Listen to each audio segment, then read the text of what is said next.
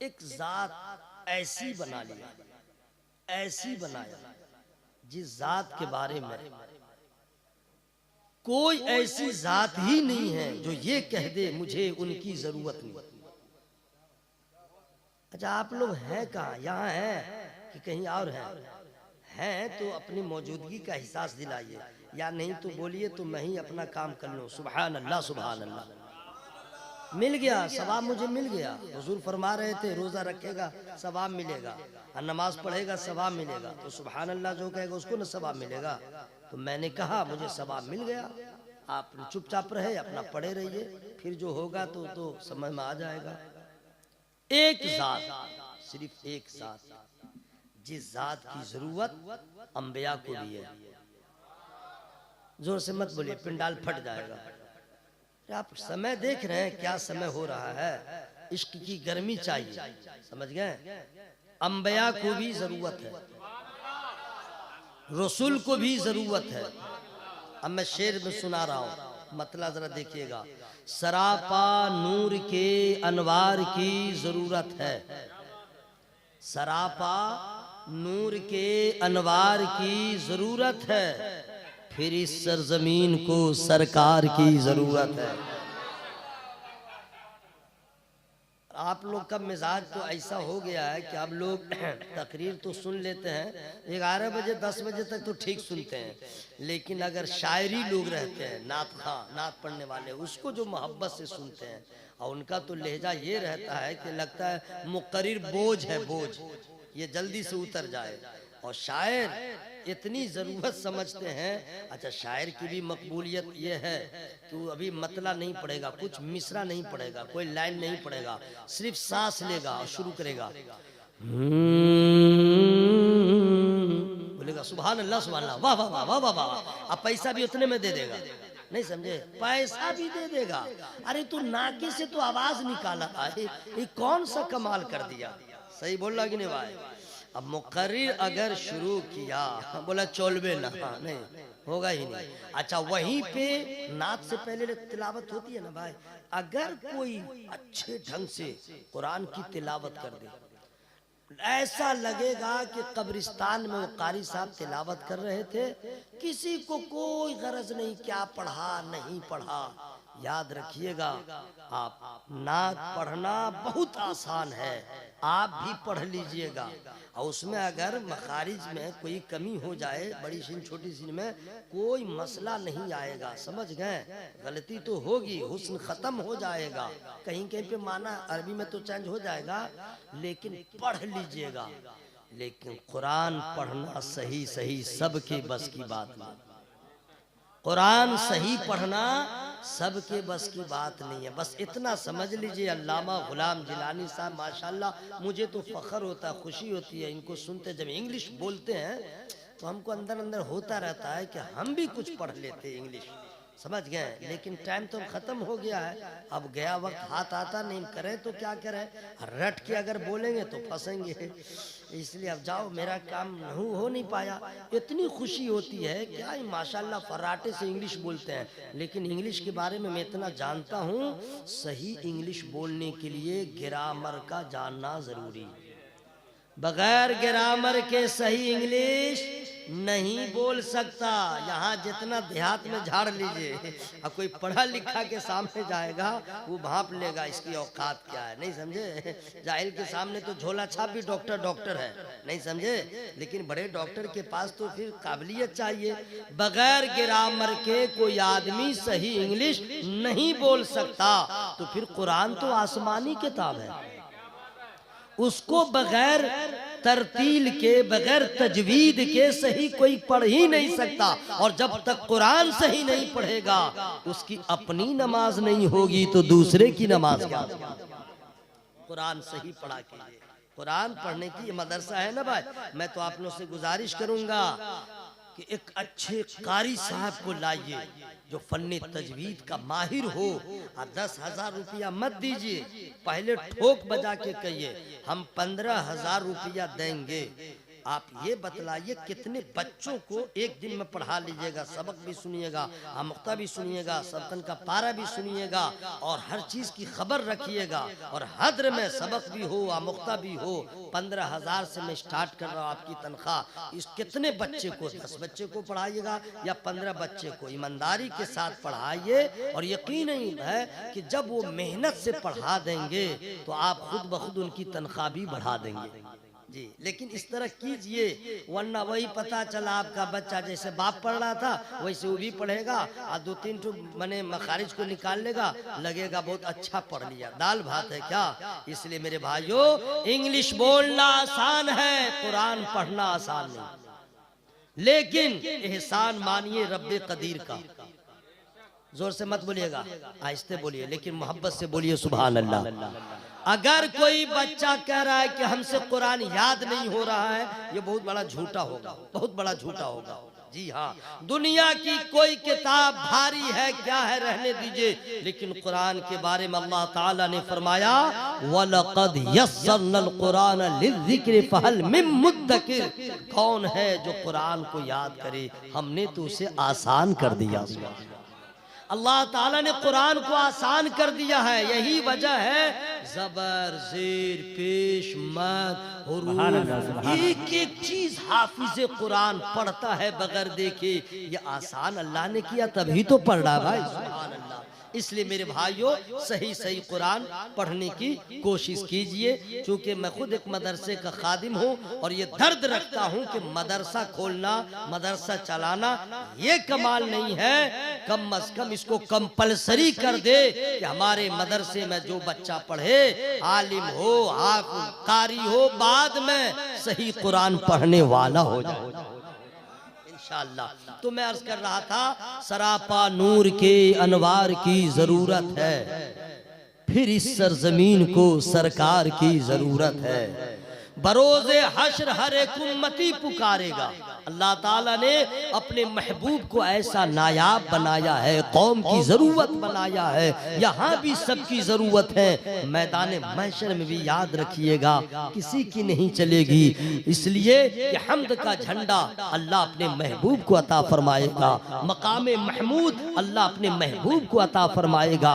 हर नबी की शान ये होगी, सब यही कहेंगे इज़हबू इला गैरी, और मेरे नबी की शान होगी, उनका फरमान होगा अना लहा अना लहा। जहाँ गुनहगारों को करार न मिले, सुकून न मिले, बारगाहे नबी वो बारगाह है जहाँ कोई भी आएगा मेरे सरकार किसी और दरवाजे पे नहीं भेजेंगे। और नबी की शान ये है कि मैदान महशर में यहाँ तो कोई पुकारे न पुकारे, हश्र के मैदान में सबको नबी की जरूरत है और नबी की बारगाह में जाएंगे। यहाँ जो लोग फतवा लगाते हैं, जो लोग हरफ निदा पे फतवा बाजी करते हैं, सब की हवा निकल जाएगी, सबकी गुंडागर्दी खत्म हो जाएगी, सबके फुटानी खत्म हो जाएगी। इसलिए हश्र में किसी को किसी का बाप काम नहीं आएगा, आमना का लाल काम आएगा। और याद रखिएगा, अल्लाह ताला के हुक्म से जन्नत का दरवाजा सबसे पहले खुलेगा तो मेरे नबी के लिए खुलेगा। और मेरे नबी जिसके बारे में शफात कर देंगे, सिर्फ ईमान वालों के बारे में अल्लाह ताला महबूब की सुनेगा। और हर गुनहगार को जिसके लिए नबी शफात कर देंगे, अल्लाह ताला उसे जन्नत अता फरमा देगा।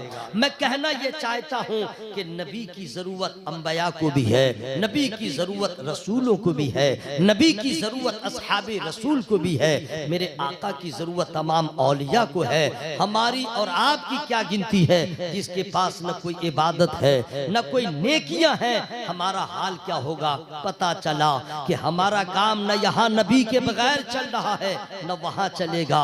तो सबकी जरूरत आमना के लाल है। तो जब जरूरत है सबकी, तो उस जरूरत को जब हम जरूरत महसूस करते हैं तो हम अपने नबी को राजी करें, अपने नबी को खुश करें। करें, अपने नबी को राजी करें, ताकि जब नबी की बारगाह में जाएं तो नबी की रजा हमें हासिल हो जाए। मैं आपसे खुलासा यही कह रहा हूं कि आप तमामी हजरात मुसीबतों में गिरफ्तार, आप ही क्या दुनिया का हर इंसान मुसीबतों में घिरा है। कोई ये कह नहीं सकता कि मैं विदाउट टेंशन रहता हूँ, मुझे कोई दर्द नहीं है, कोई कर्ब नहीं है, कोई कुल्फत नहीं है, कोई मुसीबत नहीं है ना, कोई कह नहीं सकता। अमीर है वो भी है, गरीब है वो भी है, यानी कोई भी इंसान हो, इसलिए कि दुनिया यही है जहाँ गम भी है, परेशानी भी है, टेंशन भी है। एक ही जगह है जहाँ कोई गम नहीं है, एक ही जगह है जहाँ कोई दर्द नहीं है, एक ही जगह। यहाँ तो घर घर में देखेगा दर्द की फैक्ट्री खुली हुई है। सिर्फ उम्र जरा ढल जाए, कमर में दर्द, घुटने में दर्द, जोड़ जोड़ में दर्द, किसी के दिमाग में दर्द, किसी के हार्ट में दर्द, किसी की किडनी में दर्द, यानी दर्द की फैक्ट्री खुली हुई है। और उम्र जब ढल जाए तब। लेकिन याद रखिएगा दुनिया में कोई भी है दर्द का मारा है, मुसीबत का मारा है, परेशानियों में घिरा हुआ है। एक ही जगह है जहाँ कोई दर्द नहीं है, और जगह का नाम मैं फ्री में नहीं बताऊंगा। अरे सुन लो मेरे भाई, सुन लो ना, क्या हजरत का खिताब हो रहा था जनाब, आप लोग समझे। दरवाजे की चौड़ाई इतनी है, इतना बड़ा जन्नत का दरवाजा है, तो फिर अंदर का हाल क्या होगा है?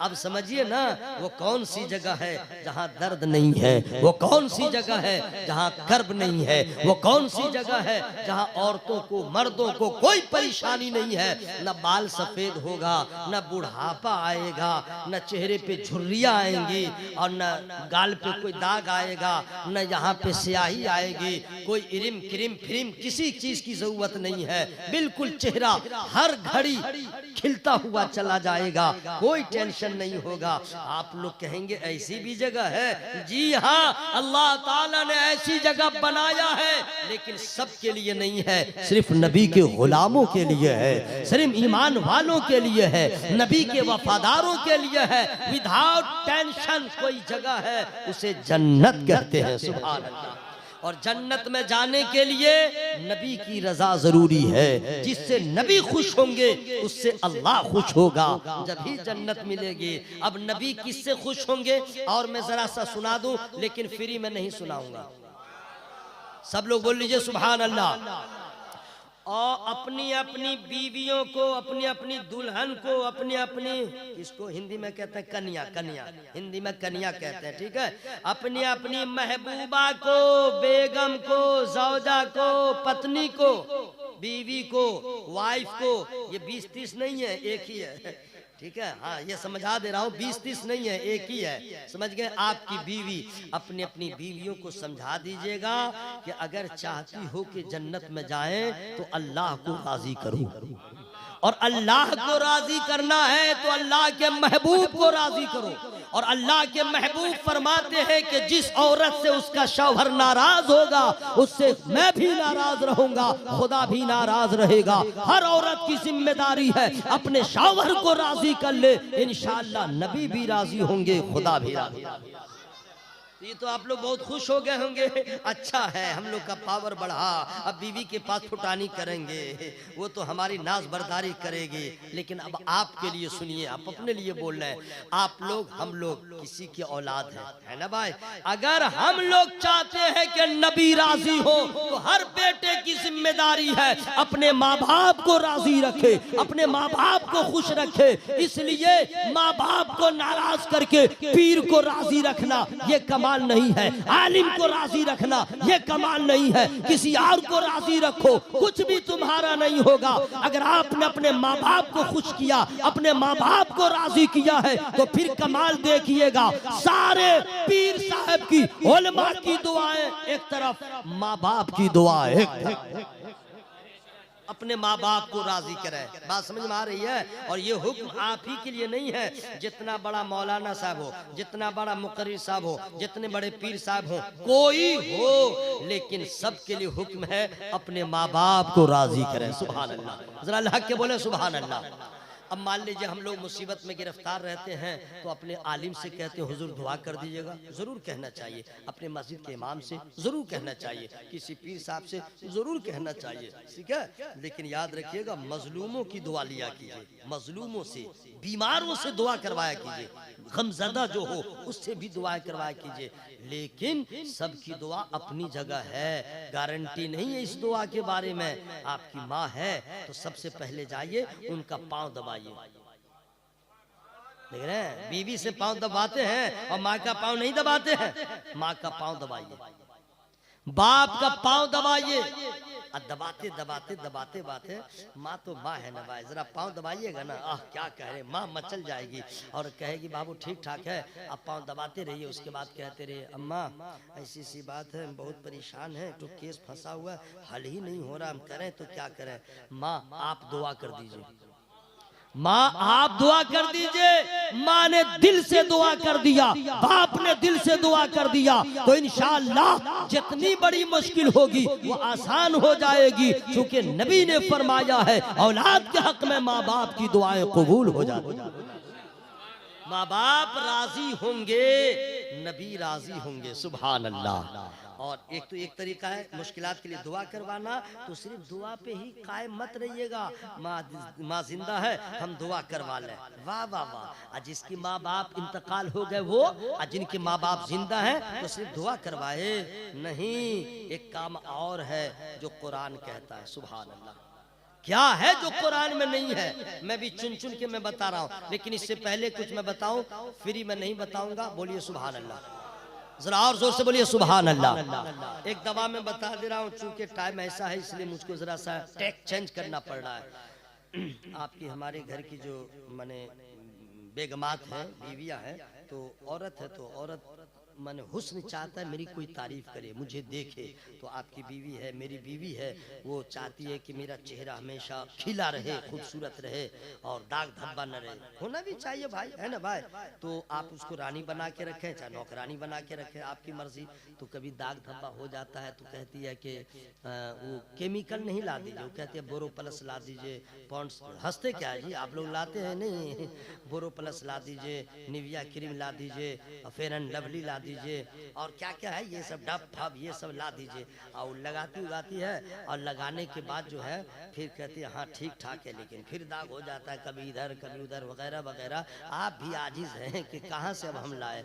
तो मेड इन ताइवान, तो मेड इन जापान, तो मेड इन अमेरिका, सब मेड खत्म हो गया, लेकिन चेहरे का जो है वो जोग्राफिया चेंज नहीं हुआ, वही दाग वही धब्बा। औरत भी परेशान, आप भी परेशान, आजिज होके कह दिएगा दिमाग खराब मत करो, इतना आइटम लगाती हो, पता नहीं किसका रिएक्शन हो गया, ये हो गया वो हो गया, ये सब छोड़ो। तो कहेगी कैसे छोड़ेंगे, आप कहिएगा छोड़ दो, एक दवा है मदनी दवा। जरा लगे, जरा से बोले सुभान अल्लाह, बोले ना भाई। एक दवा है, ना पैसा लगेगा ना कुछ लगेगा, और उस पे अमल करके देखो। बोलेगी हाँ ऐसी बात है, तो औरत की बात भी है। औरत क्या, आप लोग हमको थोड़े हैं। अगर आजकल का कोई मौलाना, अल्लामा निजामी साहब किला बैठे हैं, उनके सामने मैं इस तरह बोल रहा हूँ, मजबूर हूँ। आजकल के कोई आलिम को आपने दावत दिया, हेलो हाँ 20 तारीख को मेरे यहाँ जलसा है बहुत बड़ा, आपको आना है। हाँ ठीक है इंशाल्लाह मैं आ जाऊँगा। तो हजरत नजराना उजराना बतलाइए कितना लीजिएगा। अरे आप मुझे दावत दे रहे हैं, आपकी जो मर्जी हो आप दे दीजिएगा। हुजूर कौम का हाल क्या हो गया जानते हैं? बोला अच्छा ठीक है हजरत। फिर मीटिंग करेगा, अब बोलेगा अरे मौलाना तो बोला है कि कोई बातें नहीं किया। तो तीसरा बोलेगा अबे मिलाद पढ़ने वाला होगा, कोई पूछता नहीं होगा इसलिए बोला है, चलेगा नहीं, हटा हटा हटा, तारीख कैंसिल करो कैंसिल कर दो।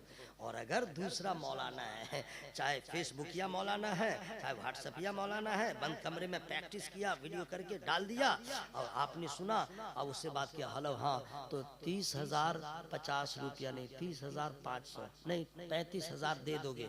बोला अच्छा ठीक है हजरत हम मशवरा कर रहे हैं। फिर मीटिंग करेगा, बोल क्या हुआ? बोला 35,000। बोला मौलाना बहुत हाई लेवल का है, बहुत हाई है। अच्छा ठीक है 5,000 कम करवा दो, लेकिन बुक कर दो। नहीं समझा? यानी इतना बड़ा आलिम था, आपने कैसे हिसाब लगाया? पैसे से। वो बोल दिया मोहब्बत, बोला कैंसिल कर दिया। औरतों का भी यही हाल है, उसको कहिएगा 1 रुपया नहीं लगेगा, चेहरा चमकेगा, बोलेगी दिमाग में खराब है क्या? खैराती हॉस्पिटल में है क्या? है सरकारी हॉस्पिटल से दवा ला रहे हैं क्या? तब उसको कहिएगा वही बात जो अल्लामा सलाहुद्दीन साहब किबला निजामी साहब ने फरमाया है, अपनी बीवी के कान के जड़ में समझा दीजिएगा कि कि इतना बड़ा डॉक्टर, इतना बड़ा तबीब, इतना बड़ा हकीम दुनिया में पैदा ही नहीं हुआ है, वो आमना का लाल है। और मेरे नबी ने फरमा दिया है वजू नूर है, वजू पर वजू नूरुन अला नूर है। वजू करती जाओ चेहरा चमकता जाएगा, वजू करती जाओ इतना चमकेगा। और नमाज भी पढ़ती जाओ, किसी फेयर लवली और किसी क्रीम की जरूरत नहीं है, इबादत भी होगी, चेहरे की हिफाजत भी होगी। दुनिया का कोई क्रीम लगाओ तो थोड़ी देर के लिए चमक पैदा हो, वजू का कमाल यह है जब तक बावजू रहो चेहरा हंसता रहेगा, खिलता रहेगा। कब्र में जाओगी वहां भी चमकेगा। और खुद नबी ने फरमाया है हश्र के मैदान में उठो आज़ाए वजू चमकदार नजर आए। सुभान अल्लाह, आज़ाए वजू चमकदार होंगे। मैं तो वजू जब करता हूँ ना तो क्या करता हूँ जानते हैं, बहुत एहतियात की जरूरत होती है। मैं बता दे रहा हूँ आप लोग को, समझ गए। जब वजू करता हूँ तो खास तौर पे इधर तो अंधा भी रहेगा ना तो धो लेगा, इधर तो धो लेगा। मसला है इस हड्डी का, ये है मैन।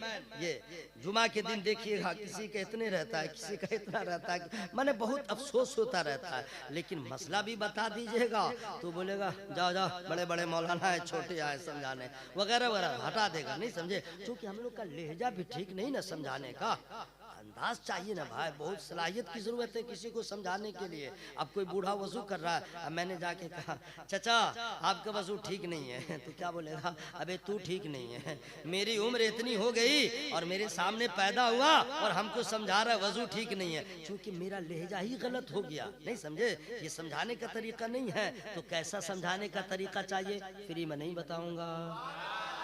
हजरात हसनैन करीमैन सैयदा का लाल मौला अली के शहजादे, मालूम है ना, एक आदमी से वजू में भूल हो रही थी, दोनों शहजादों ने ये नहीं कहा आपका वजू गलत हो गया। क्या अंदाज़े तबलीग है, फरमाते हैं मोहतरम हम दोनों भाई वजू करते हैं, कहीं देखते रहिए कहीं कमी हो जाए आप इस्लाह कर दीजिएगा। दोनों शहजादों ने परवरदाए मौलाए कायनात है वजू करने लगे। वो भी मोहतरम अक्ल का दरवाजा खुल गया और समझ में आ गया गलती उनसे नहीं मुझसे हुई है। फरमाने लगे शहजादे आप दोनों वजू सीख नहीं रहे थे, आप तो हमें वजू सिखा रहे थे। नारे तकबीर, नारे रिसालत, मसलके आला हजरत फैजाने हुजूर मुजाहिदे मिल्लत, नारे तकबीर। तो वजू जो है मैं करता रहता हूँ, आप लोग भी ध्यान दीजिएगा। ये हड्डी जो है ना इसके ऊपर तक भीगना चाहिए, पानी बहना चाहिए, देख लीजिएगा, समझ गए। इसका ख्याल हो, अब पाँव धोते वक्त समझ गए ये टखना है ना उससे ऊपर हो। तो मैं जब धोता रहता हूँ ना तो सोचता रहता हूँ या अल्लाह आज तो मैं धो रहा हूँ कुछ भी समझ में नहीं आ रहा है, लेकिन मेरे नबी ने फरमाया है सब चमकेगा। जरा अल्लाह के बोलो ना भाई सुभान अल्लाह, सब चमकेगा। फिर आईना देखता हूँ तो अपना चेहरे का जो कलर है COLOR कलर, जब कलर आता है तो मैं देखता हूँ तो अल्लाह का शुक्र अदा करता हूँ, मौला तेरा एहसान है इतना हुस्न वाला बनाया। अल्लाह की कसम बोल रहा हूँ, आप लोग हैं कहाँ। तो मैं लेकिन कलर देखता हूँ तो कहता हूँ तो चमक नहीं रहा है, चमक तो नहीं रहा है। तो औरत सब जो है चिमकी सब नहीं होते, चिमकी क्या क्या लगा लेती है, हंसते क्या है जी, इतना चिम चिम चिम होता रहता है, हमारा तो चमक नहीं रहा है। तब ख्याल आता है निसार टेंशन मत ले, आजुर्दा खातिर मत हो, बस वजू करता रह, नमाज पढ़ता रह, मरने के बाद देखेगा सारे सफेद चेहरे बेवजू और बेनमाजी के एक तरफ होंगे, तेरा चेहरा या किसी मुसलमान का चेहरा काला है तो क्या हुआ, वजू करता रहे, नमाज पढ़ता रहे, कब्र में भी चमकेगा, हश्र में भी चमकेगा।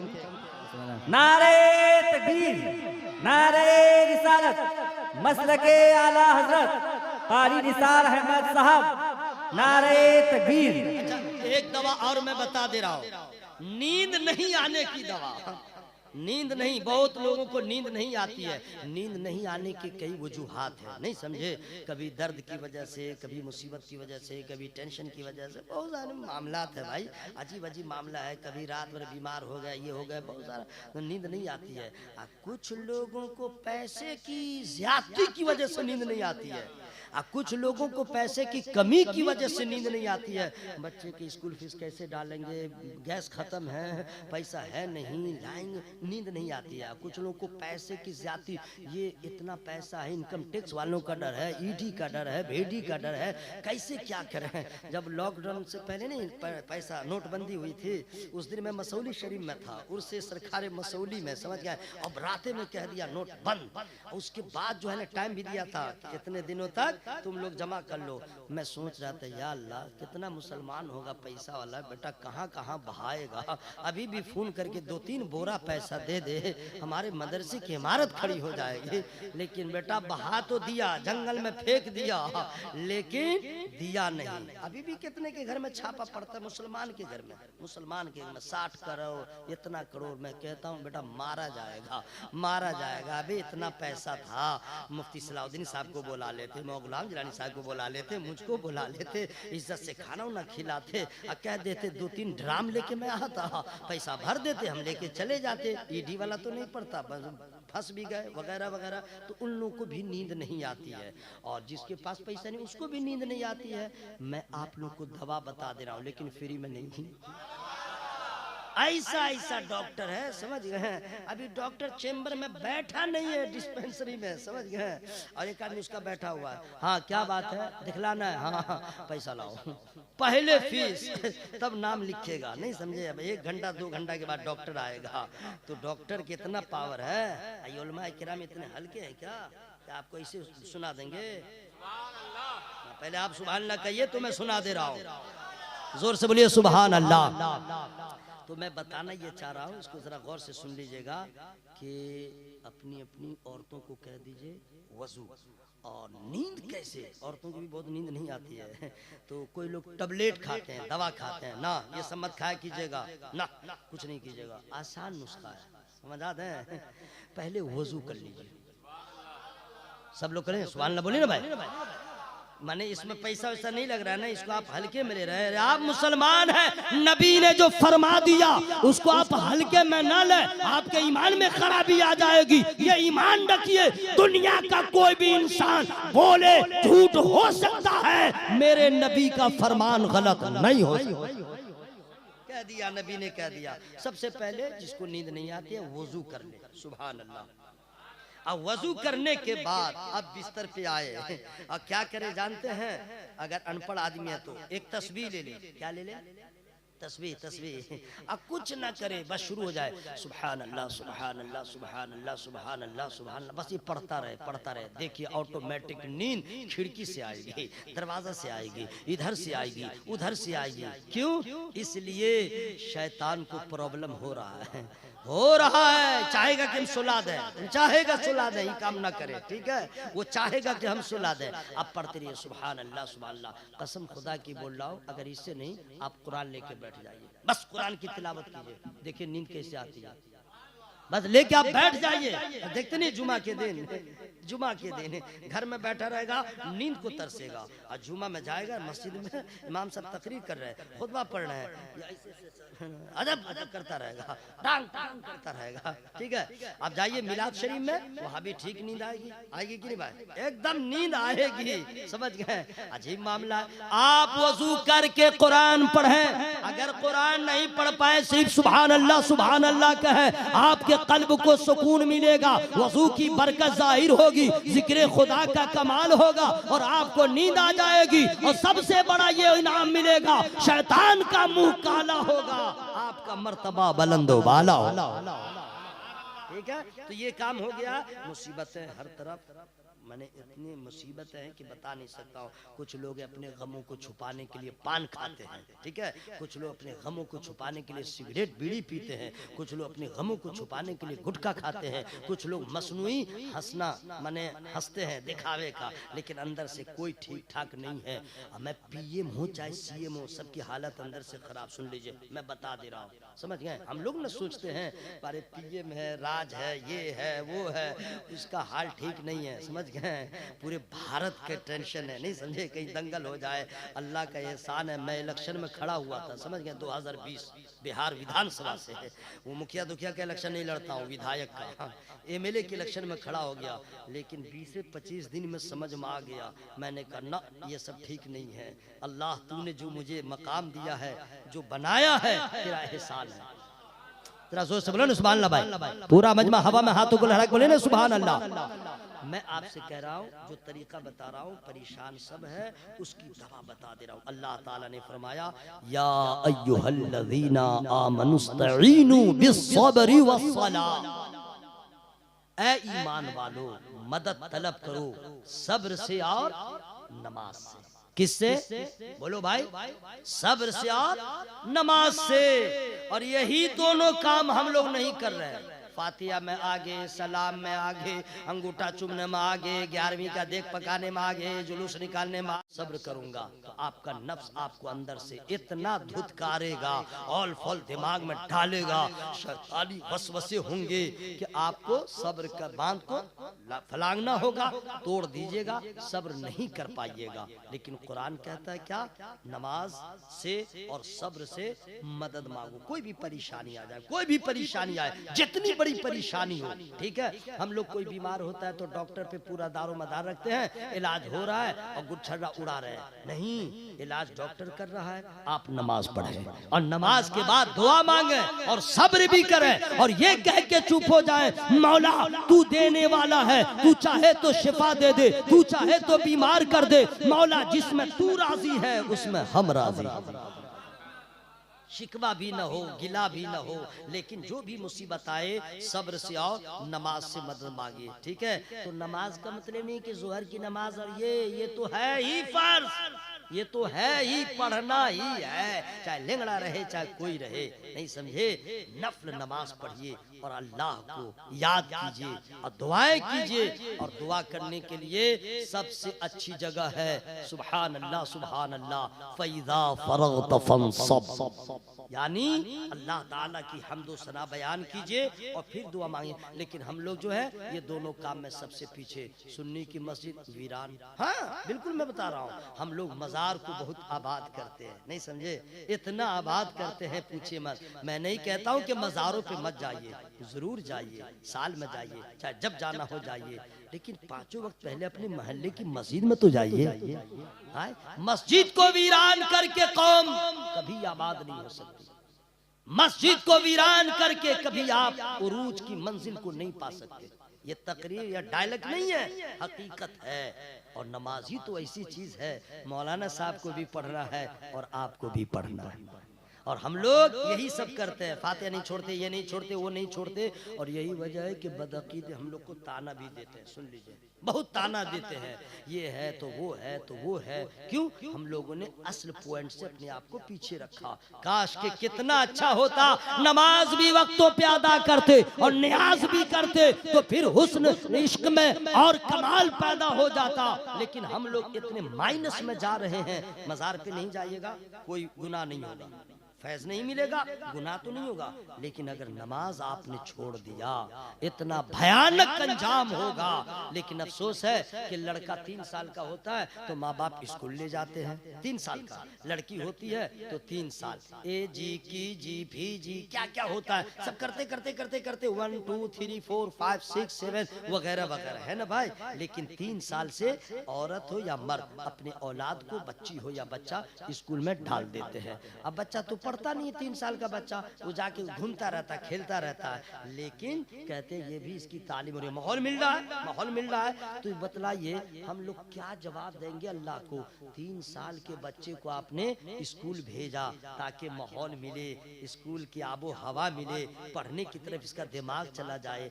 नबी ने भी तो फरमाया है कि जब तुम्हारे बच्चे और बच्चियां 7 साल के हो जाएं, उन्हें नमाज की दावत दे दो। 7 साल की उम्र हो जाए तो नमाज की दावत दे दो, कहो नमाज पढ़ो, नमाज पढ़ो। स्कूल में 3 साल से आपने भेजा और नबी ने क्या फरमाया? 7 साल उम्र हो तब बेटा हो या बेटी, दोनों को बोलो नमाज पढ़ो, प्यार से बोलो, मोहब्बत से बोलो, प्रेम से बोलो। और अगर ना पढ़े अभी पीट पाट मत करो, सख्ती न करो, ओके? अभी प्यारे से काम चलाओ। जब 10 साल की उम्र हो जाए, कितनी? जरा मुंह खोल के बोलिए, कितनी? 10 साल की उम्र हो जाए, बेटा हो या बेटी की, अब नबी फरमाते हैं सख्ती करो, मारो, जान से मत मारो, हाथ पांव मत तोड़ो, सख्ती करो। हम मारने के ही नहीं कि किसी बच्चे को हाथ पांव तोड़ दीजिएगा। पता चला कि मोहम्मद मजहर साहब लेके आए थे कि चलिए एक महफिल में, पता चला वो भी आना बंद ही हो गया। हाँ, पांव तोड़वल मौलवी, पांव तोड़वा दिया बच्चे का। नहीं मेरे भाई, ऐसा नहीं कीजिएगा, सख्ती कीजिए। नहीं समझे? क्यों? नबी ने क्या बताया? जब आपका बच्चा 10 साल की उम्र से नमाज की लज्जत वो पालेगा तो फिर वो बच्चा जिंदगी के किसी मोड़ पे रहेगा और कहीं भी रहेगा। खाना छोड़ सकता है, आना जाना छोड़ सकता है, लेकिन वो नमाज नहीं छोड़ सकता।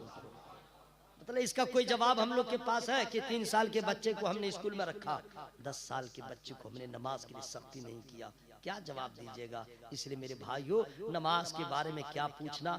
इसलिए अल्लाह ताला फरमाता है, अल्लाह की रहमत का क्या पूछना? इरशाद फरमाता है, ऐ ईमान वालो, नमाज से और सब्र से मदद मांगो। और हम लोग ये सब करते नहीं हैं और यही दोनों काम में फेलियर है।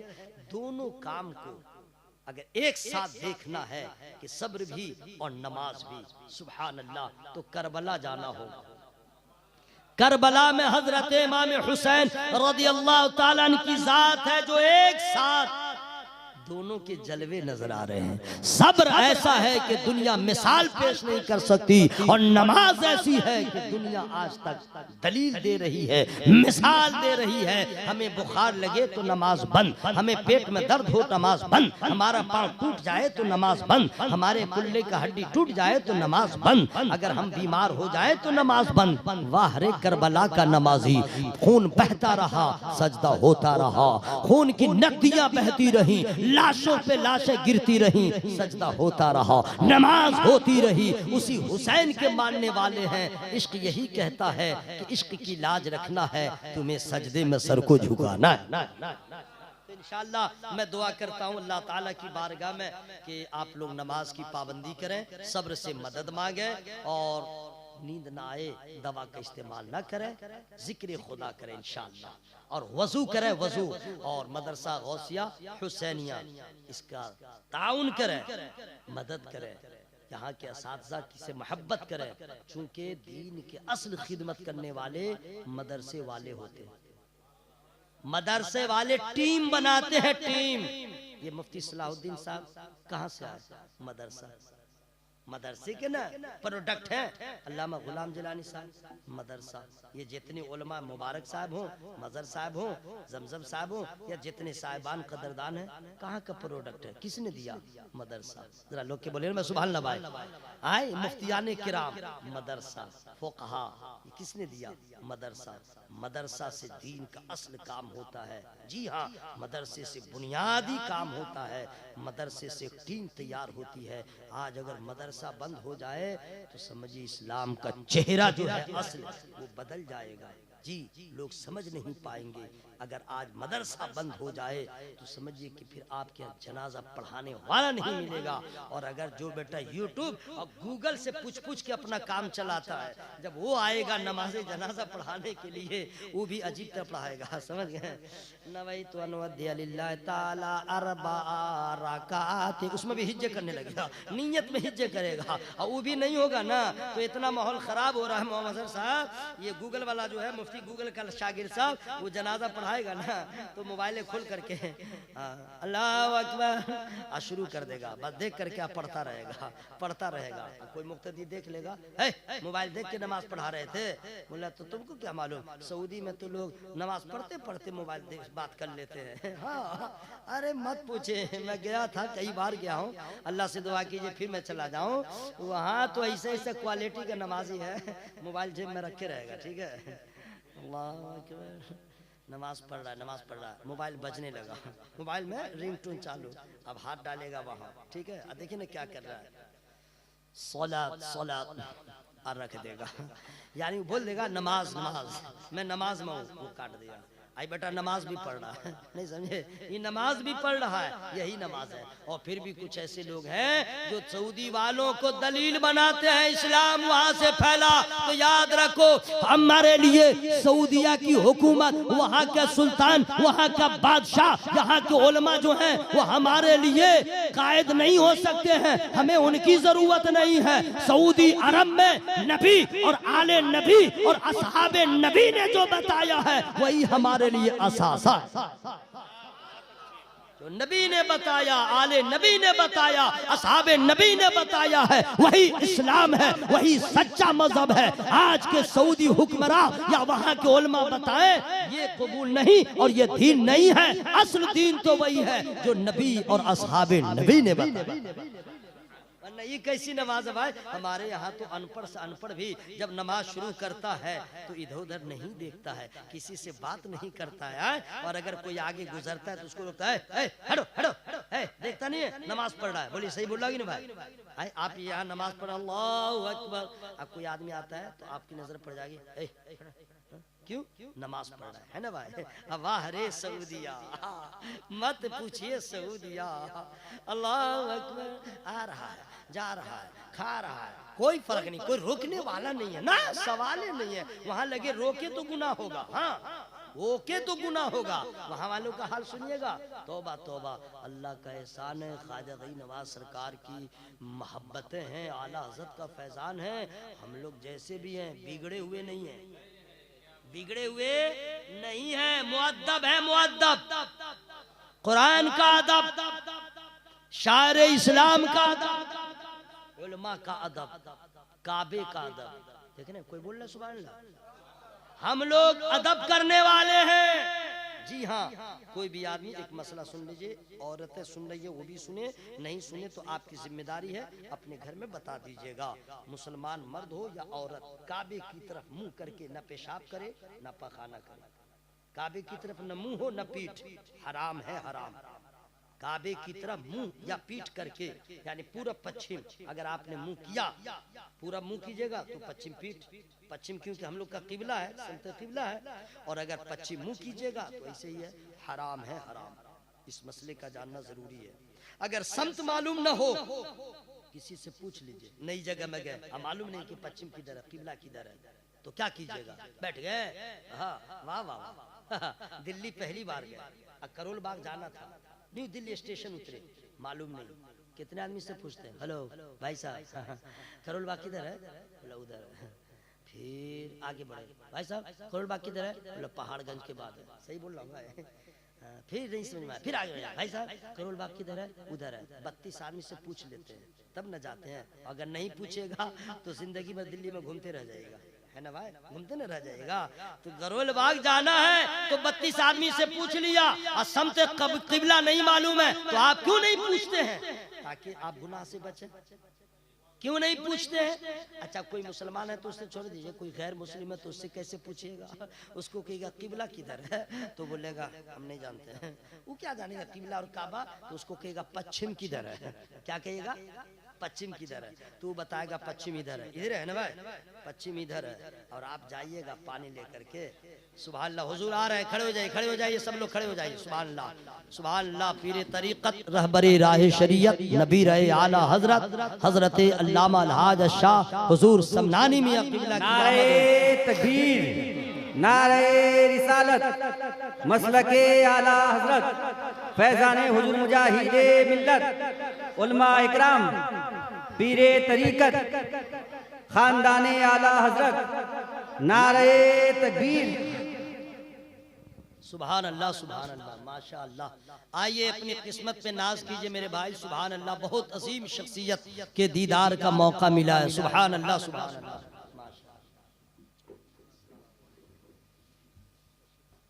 सुभान अल्लाह, करीब हो जाइए, करीब हो जाइए।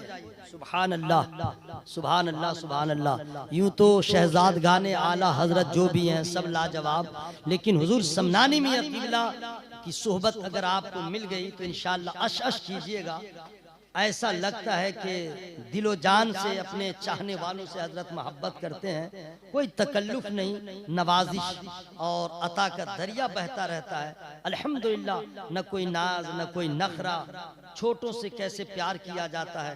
हुजूर समनानी में किबला की बारगाह में आइए इंशाअल्लाह। बुजुर्ग बैठिए तब समझ में आएगा, और इनको देखिएगा, जब तक बैठिएगा नहीं तो कैसे समझिएगा।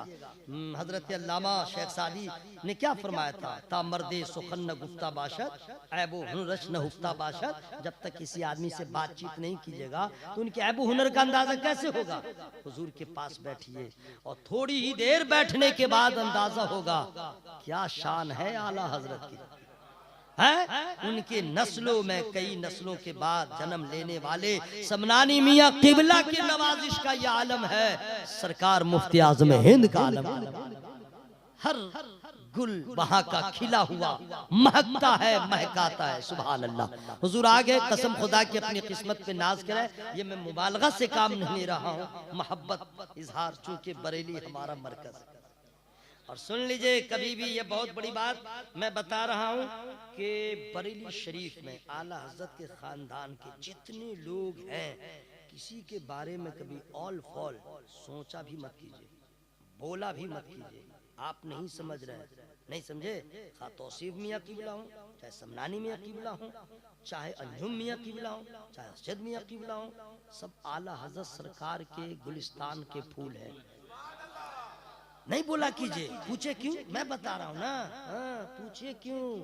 वजह यह है, शेर का बच्चा शेर होता है, शेर का बच्चा शेर होता है। जी हाँ, खून जो दौड़ रहा है, आला हजरत का खून दौड़ रहा है, वलीये कामिल का खून दौड़ रहा है, मुजद्दिद आजम का खून इनकी रगों में दौड़ रहा है। और खून का असर एक ही बेटे पे नहीं होता है, नस्लन बादा नस्लिन। खून का असर नस्लन बादा नस्लिन होता है। इसलिए वहां के किसी शहजादे के बारे में हॉल फॉल नहीं सोचा कीजिए, बोला कीजिए। वजह यह है कि ये वो लोग हैं जिन पे आला हजरत को नाज। सुभान अल्लाह, सुभान अल्लाह। अकीदत इसको कहते हैं, मोहब्बत इसको कहते हैं। ये क्या है कि दादा को चाहे अब पोता से नफरत, ये क्या है? आम के पेड़ को कहे पेड़ और फल से नफरत नहीं, उसके टहनी से भी मोहब्बत, उसके पत्ते से भी मोहब्बत। तो आला हजरत खानदान के शहजादे हजरत तशरीफ लाए, ज़हे नसीब हुजूर आ गए हैं। मेरा काम हो चुका है। और मैं क्या बोल रहा था, मुअद्दब काबा शरीफ की तरफ कभी भी अगर समते किबला नहीं मालूम है, किसी गैर मुस्लिम से भी पूछ लीजिए, हेलो अटेंशन प्लीज, बोलेगा व्हाट, तो कहिए कि पश्चिम किधर है, तो बता देगा इधर है। तो आप पानी, हाँ, बगैर पानी के इस्तिंजा मत, पेशाब मत किया कीजिएगा, बगैर पानी लिए कोई भी हो, कहीं भी हो, सफर में हो, कहीं कोई बहाना नहीं। आप मुसलमान हैं, हमेशा पाक रहिए, हमेशा पाक रहिए। बच्चों को भी कहिए पानी लेके पेशाब करो, ताकि अभी से आदत पड़ी रहे। ओके, ठीक है। मालूम किया, पानी ले लिया, पूछा हिंदू से, गैर मुस्लिम से, पश्चिम किधर है, इधर है। और आपने पानी लिया, जगह देखा, खुली जगह की बात कर रहा हूँ, तो जा करके उत्तर दक्षिण मुंह करके आप बैठ गए। अब पेशाब तो आप कर लिए, उसके बाद पूछेगा, हेलो इधर आओ, तुमने तो एड्रेस पूछा था का पश्चिम का, ये क्या कर रहे थे, मुंह इधर था उधर था, पेशाब का पता उधर का और मुंह इधर। क्योंकि गैर मुस्लिम काबे की तरफ ही मुंह करके अक्सर पेशाब करता है। सुन लीजिए, मैं बता दे रहा हूँ, पश्चिम की तरफ उसको नहीं मालूम है क्या है, वो अपने, हम लोग क्या मना इधर नहीं, आप उधर मुंह करके करेंगे। तो पूछेगा इधर मुंह करके क्यों पेशाब किया, एड्रेस उधर का पूछा था, तब आप कहिएगा आपको नहीं मालूम है, पश्चिम की तरफ हम लोग का काबा है। क्या है? काबा है, किबला है। जिधर मुंह करके हम लोग नमाज पढ़ते हैं उधर मुंह करके पेशाब पखाना नहीं कर सकते हैं। वो गैर मुस्लिम भी सोचेगा वाह रे मुसलमान, 1400 साल के बाद भी तेरा ईमान ऐसा है, काबा को देखे या ना देखे, बगैर देखे काबे का एहतराम ऐसा है, तो जिसने काबा को काबा बनाया है मकीने गुंबदे खजरा का एहतराम कैसा है?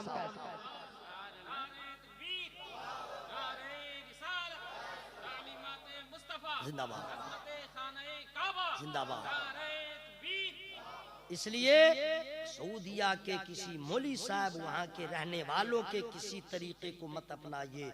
हम कुरान का इतना एहतराम करने वाले गरीब मुसलमान हैं, कुरान नीचे रहेगा, हम ऊपर बैठते नहीं है। कुरान पर कुरान, अगर तर्जमा वाले कुरान पर तर्जमा वाला कुरान नहीं रखते, हम इतना एहतराम करते हैं। वो लोग काबा के सामने में देखा गया कुरान को तकिया बना लेते हैं, काबा के सामने पांव किए रहते हैं, बेअदबी की इंतहा है। वहाँ पे अल्लाह ताला का शुक्र अदा करते हैं, मौला तूने दूर तो जरूर पैदा किया लेकिन आला हजरत के जैसा हमें रहनुमा दे दिया, मुजाहिद मिल्लत के जैसा मोहसिन दे दिया, जिन्होंने हमें अदब का ऐसा सबक पढ़ाया है कि काबा के सामने रहे तो या काबा से दूर रहे, हम मुअद्दब हैं, हम अदब करने वाले हैं। इंशाअल्लाह इसका ख्याल रखिएगा। हुजूर आगे है, नमाज से और सब्र से मदद मांगिएगा, है ना, इस चीज़ का ख्याल रखिएगा। और इससे और वजू की माने वजू के पाबंद रहिएगा, चेहरा भी चमकेगा वगैरह वगैरह, सब ठीक ठाक रहेगा। और 4 मिसरे मैं सुना के चला जा रहा हूँ, ठीक है, ताकि हो सके कहीं देखें कोई टैबलेट काम कर जाए। 4 मिसरे, लेकिन फ्री में नहीं सुनाऊंगा। जरा सब लोग बोलिए सुभान अल्लाह। हालांकि ये शेर मैं कई सालों से 15-20 साल से पढ़ रहा हूँ, समझ गए। देखता हूँ कि इस वक्त पढ़ रहा हूँ तो क्या हो रहा है, क्या होगा, सवाब तो मिल ही जाएगा। सुबह जिंदा है, शाम जिंदा है। जोर से मत बोलिएगा, ये जितना हेलो जी ना फट जाएगा। अबे आप लोग काहे नहीं बोल रहे हैं? या अल्लाह सबके फेफड़ा में ताकत दे, सबके जिगर में ताकत दे, सबके हौसले को बढ़ा दे, और जो जानबूझ के आवाज को चाप रहा मौला उसकी आवाज को खोल दे।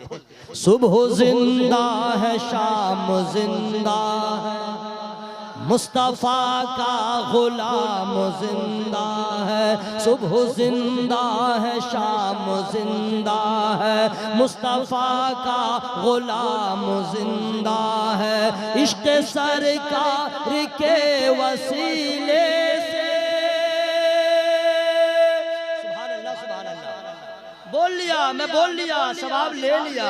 और आप लोग समझ रहे थे रूह निकले तब इन्ना लिल्लाह व इन्ना राजिऊन पढ़ेंगे, कि आप लोग को बीच में न बोलना चाहिए। सुबह जिंदा है, शाम जिंदा है, मुस्तफा का गुलाम जिंदा है। इश्क सरकार के वसीले से, इश्क सरकार के वसीले से, आला हजरत का नाम जिंदा। अरे आप लोग पैसा दे रहे हैं, अब नहीं पढ़ेंगे वरना लोग कहेंगे मौलाना लालची है। पैसा आ रहा था, मिसरा बढ़ रहा था, रहने दीजिए। अल्लाह ताला सलामत रखे। हुजूर आगे हैं, मैं दुआ करता हूँ अल्लाह ताला की बारगाह में तौबा इस्तिगफार करता हूँ। छोटी बड़ी जो गलतियाँ हो गई जानबूझ के अनजाने में, मैं रब की बारगाह में तौबा इस्तिगफार करता हूँ। आप लोग भी शामिल हो जाइए, पढ़िए अस्तगफिरुल्लाह रब्बी मिन कुल्ली ज़ंबिन व अतूबु इलैह। जो लोग किसी मुर्शिद कामिल से अभी तक शर्फ बैत हासिल नहीं किए हैं, हुजूर आ गए हैं, मौका गनीमत जानिए। नहीं समझे?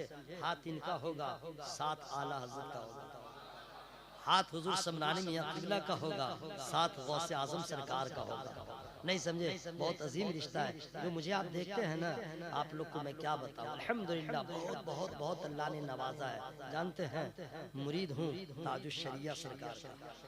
ये जो आवाज़ है, लहजा जो है, रंग है, ये किसी और चीज़ का कमाल नहीं है। हाँ, बरेली शरीफ में हुजूर के घर में मैं मुरीद हुआ था, जी हाँ, और हाथ पे हाथ रख के, कोई नहीं, अकेला। और हुजूर से मैंने अर्ज़ किया था, हुजूर टूटी फूटी तकरीर कर लेता। हुजूर ने अपना दस्ते मुबारक मेरे सर पे रखा, उसी दस्ते सरकार ताजुश शरिया का ये मैं आज आप लोग को बता रहा हूँ, जी हाँ। इसलिए आला हजरत से सच्ची मोहब्बत कीजिए, जर्रा है तो इंशाअल्लाह आफ्ताब होइएगा। जितने बड़े बड़े शोहरत के आसमान के सितारे चमकने वाले थे, आला हजरत के बारे में बोलना तो दूर से उल्टा पुल्टा सोच लिया, कहीं के न रहे, वजूद मिट गया, हिस्ट्री में उसका नाम नहीं मिलेगा। जी हाँ, ये मैं बता रहा, एक नहीं हजारों है, माजी बईद में भी देखिए, माजी करीब में भी। अजी लोग आला हजरत से मोहब्बत किए, कसम खुदा की, कौन जानता था जनाब धामनगर क्या है? कौन जानता था रईस आजम उड़ीसा कौन है? कोई नहीं जानता था, उनको जाना तो आला हजरत ने जाना। जोर से बोलो ना सुभान अल्लाह। और ऐसा जाना कि इंतखाबे आला हजरत हो गए, और फिर सरकार मुजाहिद मिल्लत ने आला हजरत के फैजान को इस तरह आम किया कि धामनगर लगता है कि सेकंड बरेली नजर आ, बरेली का फैजान। तो हम लोग हजरत जो लोग मुरीद नहीं है हुजूर से हो जाए इंशाअल्लाह। अब आइए कलमा शरीफ पढ़ लीजिए, ला इलाहा इल्लल्लाह। कब्रिस्तान किसी का जनाजा लेके जा रहे हैं का? इसी तरह पढ़ते हैं, यही कलमा है, इसके सिवा और है क्या आपके पास? जोर से पढ़े, ला इलाहा इल्लल्लाह मुहम्मदुर रसूलुल्लाह सल्लल्लाहु अलैहि वसल्लम। अस्सलामु अलैकुम व रहमतुल्लाह।